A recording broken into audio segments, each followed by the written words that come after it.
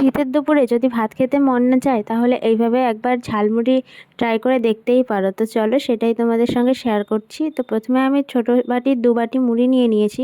তার মধ্যে দিয়ে দিচ্ছি একে একে শসা কুচি, পেঁয়াজ কুচি, গাজর কুচি, সামান্য পরিমাণে কাঁচা লঙ্কা কুচি, যে যেমন ঝাল খেতে পছন্দ করো। তারপর দিয়ে দিলাম একটু টমেটো কুচি আর সামান্য পরিমাণে ধনেপাতা কুচি। তারপর দিয়ে দিচ্ছি স্বাদ মতন লবণ, একটু চাট মশলা আর একটু লাল কাশ্মীরি লঙ্কার গুঁড়ো। তো তারপরে দিয়ে দিচ্ছি সর্ষের তেল।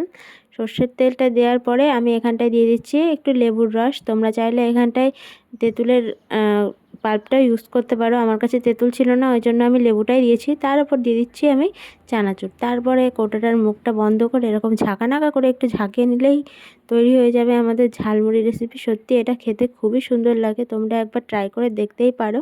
যদি ভিডিওটি ভালো লাগে অবশ্যই লাইক কমেন্ট শেয়ার করো, আর চ্যানেলে নতুন হয়ে থাকলে অবশ্যই চ্যানেলটা সাবস্ক্রাইব